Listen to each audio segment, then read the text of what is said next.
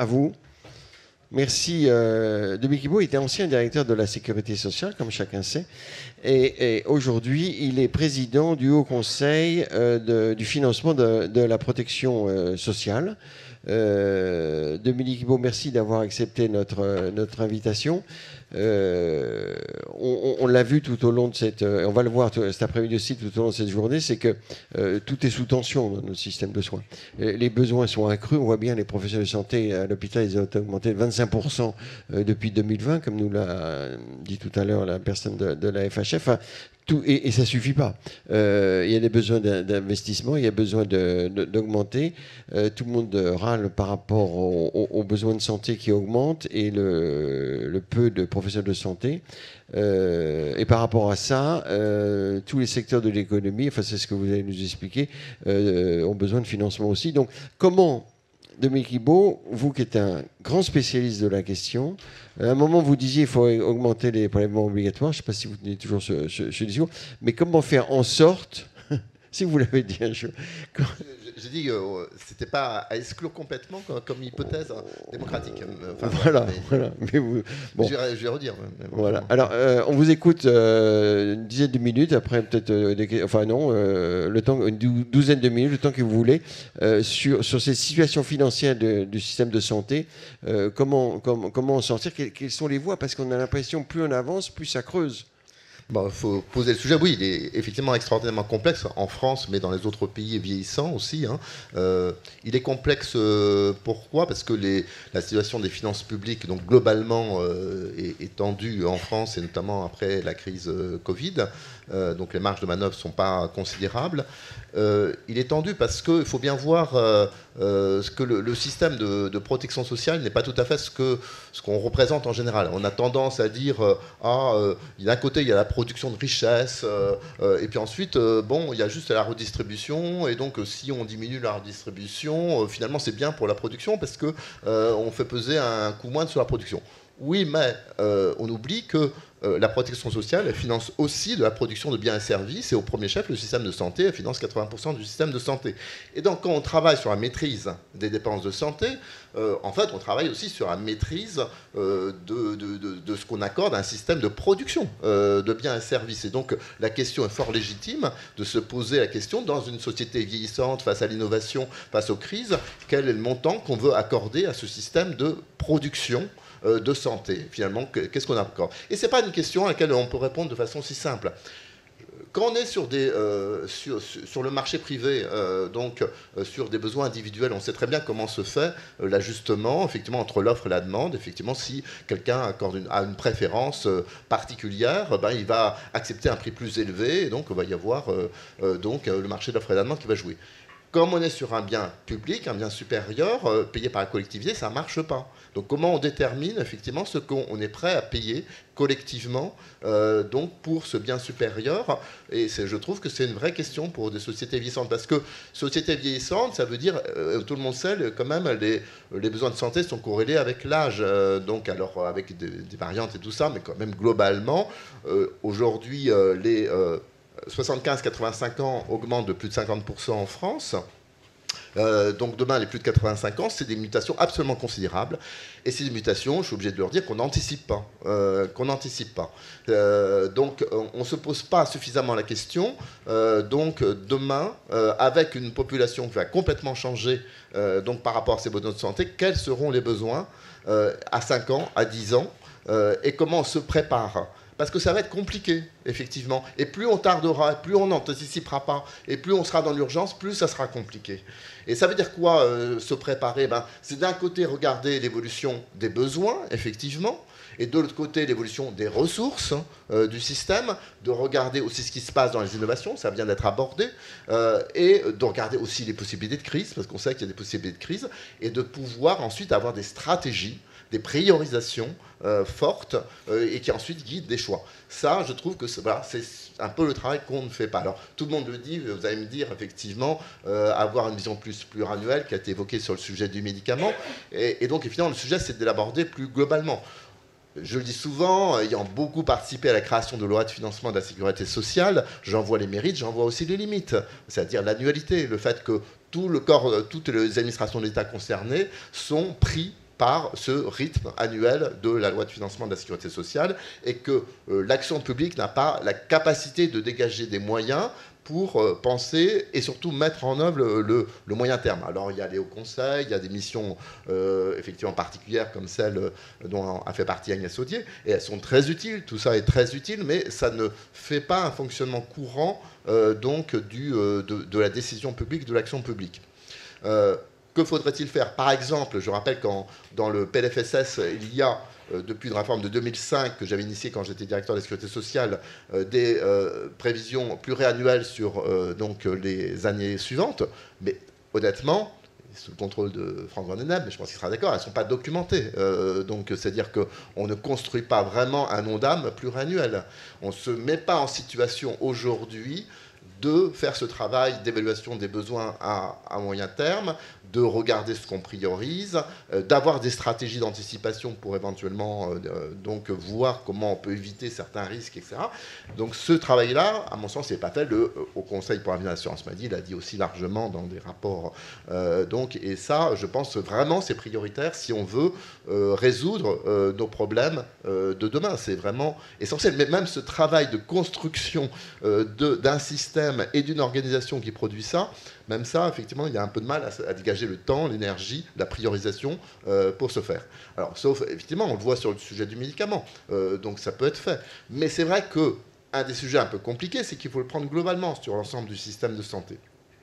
Parce que je prends l'exemple, a été évoqué par, donc dans la séquence précédente, par exemple, les économies potentiellement procurées par l'hépatite C. Alors, c'est vrai, donc l'EM reprend, et à juste titre, régulièrement cet exemple en disant donc les médicaments pour l'hépatite C ont donc fait des économies. Éradiquer la maladie. Éradiquer la maladie, non mais ça c'est une chose, et on est très heureux sur le plan sanitaire. Ensuite, est-ce que ça fait des économies pour le système de santé? C'est une vraie question. Parce que, en fait, quand on regarde dans l'État, ça veut dire quoi? Ça veut dire j'ai évité des hospitalisations et de l'activité à l'hôpital. Oui, mais dans le système actuel, un directeur de CHU ou de CH, lui, quand il voit diminuer son activité, c'est très très mauvais pour lui. C'est très mauvais avec la tarification à activité. Quand vous pouvez pas... Quand vous demandez à un directeur CHU, ça va comment, l'équilibre, tout ça, il me dit toujours, mon activité, voilà, ce qu'il regarde, c'est l'augmentation de son activité. Si vous lui dites, il y a un médicament qui arrive, il a supprimé une partie de l'activité, spontanément, c'est une très mauvaise nouvelle. Et qu'est-ce qu'il va faire? C'est qu'il va essayer de recréer de l'activité pour, parce qu'il est, donc, notamment dans la fonction publique hospitalière, enfin, c'est pas du tout un jugement de valeur, mais il a donc des effectifs permanents et tout ça, et donc il a des charges, et donc il doit équilibrer par une activité. Donc, comment on fait dans le système pour qu'un gain dans une partie du système, le médicament ou la médecine de ville, puisse se répercuter, etc. Voilà, honnêtement, pour l'instant, c'est pas vraiment dans le système de financement des acteurs, ils ne sont pas vraiment intéressés globalement à ce gain global. Et du reste, dans la gestion même du système, je le rappelle, on a ceux qui s'occupent de la médecine de ville, donc plutôt la CNAM, avec des conventions médicales d'un côté, ceux qui s'occupent de l'hôpital, ceux qui s'occupent du médico-social, c'est très segmenté au niveau de l'administration centrale. D'où cette réflexion régulière sur comment on fait pour effectivement générer des réflexions globales, parce qu'on voit bien que les effets, ce qui peut être le plus gagnant dans le système aujourd'hui, c'est de faire mieux travailler les acteurs ensemble, puisqu'on voit, alors, travailler sur limiter le prix d'innovation, on voit, donc on dit, maintenant, c'est peut-être pas la meilleure idée du monde. Si on limite les rémunérations des acteurs, eh bien, il y a des acteurs qui, à un moment donné, disent moi, je suis plus intéressé pour être là, et on a des problèmes d'attractivité des métiers dans un certain nombre de cas, pas partout non plus, mais dans un certain nombre de cas. Donc, on a des sujets. Donc, évidemment, le sujet de l'efficience du système est absolument prioritaire. Alors, on travaille un peu là-dessus, on met sur la coordination des acteurs et tout ça. Pour moi, ça ne va pas assez vite. Je le dis aussi nettement, ça ne va pas assez vite face à l'urgence, quoi.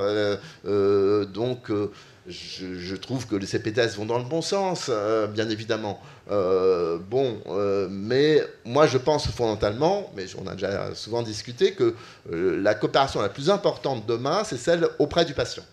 C'est-à-dire ce qui se passe dans l'équipe auprès du patient face au sujet des maladies longues, du vieillissement de la population, et comment on arrive pour éviter des hospitalisations, pour assurer le suivi le plus performant et le moins coûteux pour la collectivité d'un patient âgé, donc de travailler sur cette coopération de proximité. Et ça, on est encore faible en France sur ce sujet, sur cette organisation de proximité face au sujet du vieillissement de la population, et ça me semble absolument prioritaire. Absolument prioritaire. Donc la CPTS, c'est bien. Ensuite, il y a le travail ville-hôpital, qui a un peu progressé dans le Covid, mais il y a encore énormément de sujets à faire sur ce travail, sur le fait que l'hôpital se projette sur l'ensemble d'un territoire, sur non seulement je fais venir les gens chez moi, mais je suis en expertise, en appui à des communautés médicales sur un territoire, communauté ville ou EHPAD. Ça progresse un peu. Mais là aussi, j'espère que dans la réforme T2A, il va y avoir des éléments là-dessus, parce que c'est essentiel pour moi, demain, que l'hôpital soit vraiment intéressé à non pas seulement faire venir les gens chez lui, mais à jouer ce rôle d'expert sur un territoire. Ça ne va pas assez vite, assez fort à mes yeux. Donc voilà, si vous me demandez sur ce sujet... enfin, j'aborderai donc rapidement deux sujets. Le sujet de tout ce qui est prévention. Alors, certains économistes de la santé vont me dire que la prévention, c'est pas toujours gagnante, in fine, sur l'assurance maladie, parce que vous allez améliorer l'espérance de vie. Bon, je connais. Je pense néanmoins qu'un certain nombre de préventions donc, ont vraiment un impact. Si on a une population... donc, par exemple, le sujet de l'obésité, du diabète, etc. Donc, si une population en âge de travailler qui est en bonne santé, si elle génère moins de coûts de traitement, si elle est moins aussi des sujets ensuite qui peuvent générer de l'absentéisme, etc., ben oui, c'est bien pour le système, c'est bien pour le système de production et tout ça.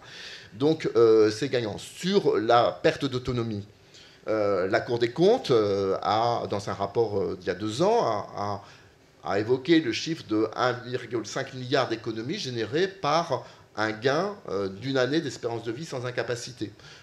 Parce que si on a une population, et encore une fois, notre population de plus de 85 ans va augmenter considérablement, donc est-ce qu'on veut qu'elle soit en majorité dépendante, ou est-ce qu'on se donne les moyens en anticipant qu'elle soit moins, disons, une proportion de dépendance moindre? Et je pense évidemment que c'est gagnant pour le système. Mais ça s'anticipe. Hein.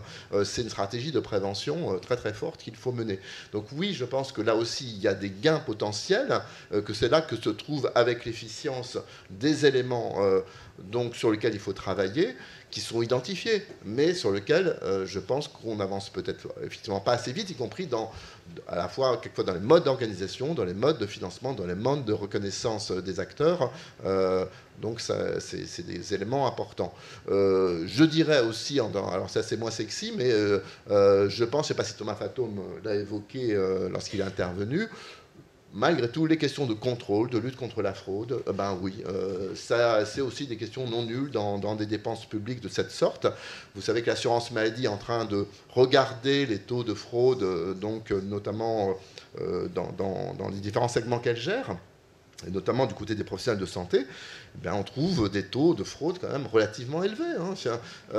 Donc, en tout cas, des masses financières qui ne sont pas négligeables au regard de nos objectifs. Donc, moi, je crois... et derrière, je pense qu'il y a un sujet qui n'est pas si simple que ça. Dans le rapport entre l'administration et les professionnels, qu'ils soient publics ou privés, en fait... je vais dire, c'est un peu, c'est trop schématique, hein, mais quelquefois j'ai l'impression qu'on est soit dans la vision un peu forteresse du côté de l'administration, effectivement, qui ne dialogue pas assez, soit au contraire dans la crédulité vis-à-vis des acteurs. Et je pense que le sujet, c'est d'être ni forteresse, ni crédule vis-à-vis des acteurs. On a eu un certain nombre de sujets, notamment vis-à-vis d'acteurs privés, je trouve totalement légitime. Évidemment que c'est des acteurs privés qui interviennent dans le champ de la santé et du social, mais on a le sujet des acteurs EHPAD privés, on a le sujet aujourd'hui un peu des crèches privées, les fermes d'information. Ni forteresse, ni crédulité. Enfin, je pense que l'État doit trouver, les administrations, le bon rapport, c'est des partenaires, mais en même temps, il faut savoir effectivement qu'il peut y avoir des intérêts financiers, qu'il faut faire attention. Voilà. Et je trouve qu'un des gros sujets, c'est de retrouver le bon mode de dialogue. J'assume totalement le mot dialogue, effectivement, avec les acteurs. Ils sont totalement légitimes. Ils ont besoin de visibilité. Mais on a besoin aussi de contrepartie, effectivement, du côté de l'intérêt général face à ce défi très important de l'avenir du système de santé en France, dans les autres pays, et notamment face au vieillissement de la population. Merci beaucoup. Il n'était pas prévu qu'on vous pose de questions, donc je ne vous en pose pas.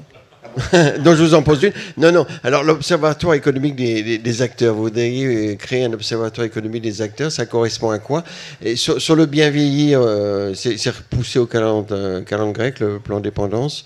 C'est un sujet qui vous tient à cœur. Et puis finalement, parce qu'on a bien vu, vous avez pointé toutes les difficultés où ça pourrait avancer vite, mais qu'est-ce qui ferait, parce que ça fait longtemps qu'on en parle, qu'est-ce qui ferait, c'est peut-être même la seule question, c'est que ça bougerait réellement, pour aller plus vite dans tout ce que vous avez cité.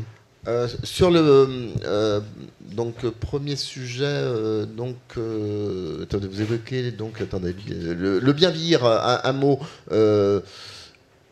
Ça avance pas autant, enfin, vous l'avez senti dans mon propos, autant que, et notamment dans sa globalité. Encore une fois, pour moi, le bien vieillir, c'est vraiment un sujet extraordinairement large. Et pour autant, il faut signaler aussi ce qui se passe. Bon, il y a une proposition de loi, effectivement, c'est déjà mieux que rien, hein, donc qui a été en discussion. Oui, mais je pense, voilà, enfin, et pour moi, pour avoir porté une loi grand âge que je voulais être très ambitieuse, effectivement, il y avait beaucoup d'aspects qui ne sont pas présents, mais moi, je suis prêt à apprendre. Notamment, il y a un aspect qui me concerne parce que j'ai beaucoup vendu quelque chose que j'appelle le service public territorial de l'autonomie, c'est-à-dire aussi une meilleure organisation des services publics auprès de la personne en proximité. Ça, c'est dans le projet. Donc, j'espère que le projet pourra en revenir énormément. C'est ce qui est programmé, à ma connaissance, pour être voté en première lecture définitivement à l'Assemblée nationale cet automne et puisse donc être adopté dans le premier semestre 2024. Je crois que c'est l'intention du gouvernement et donc je pense que déjà ça serait bien déjà d'avoir ça. Pour donc mieux avancer sur l'ensemble des sujets, je pense vraiment... C'est vrai que, en fait, que je parlais des lois de financement, je reconnais que quand on crée une espèce de contrainte suprapolitique dans le fonctionnement de l'État sur un sujet, ça modifie les choses et tout le monde se plie à cette contrainte, et que ça. Et donc, ce sujet lié à la pluralité, je pense que le jour où on instaurera une contrainte forte, il faut qu'on publie à telle date une vision pluriannuelle, concertée, tout ça, et que les modes d'organisation sont mis en place pour produire ça, je pense que ça bougera les choses. Si ça vient simplement comme on dit, ah oui, on a tous les trucs à faire, et puis si on a 3 secondes, on va... non. Donc il y a quelque chose qui est dans l'ordre du mode de fonctionnement de l'État, de la production de l'État, qui doit bouger pour que ça fonctionne. Ensuite, l'autre sujet, quand même, on l'a un peu évoqué, ça veut dire aussi une modification en profondeur des acteurs, de certains fonctionnements du système de santé, des acteurs entre eux sur les territoires. Donc c'est ça qui est complexe, il y a ce mouvement au niveau national, mais c'est vrai que ce qui se passe sur les territoires, c'est aussi super important. Et donc, comment on travaille sur ce qui marche dans les incitations aux acteurs, dans le bouleversement du système, ça, c'est un travail permanent. Et, je pense qu'il faut des incitations plus fortes, comme j'ai dit. Je veux dire, on a fait les articles 51 et tout ça. Oui, je pense qu'il va falloir aller plus loin, donc avec des incitations très fortes. Mais oui, on ne fait pas sans les professionnels eux-mêmes. Et il faut qu'ils y trouvent leur intérêt. Il faut que ça fonctionne. Et donc, ce travail-là, effectivement, il doit être accentué encore. Merci beaucoup. Vous êtes toujours passionné, clair, parfait. On vous réinvitera.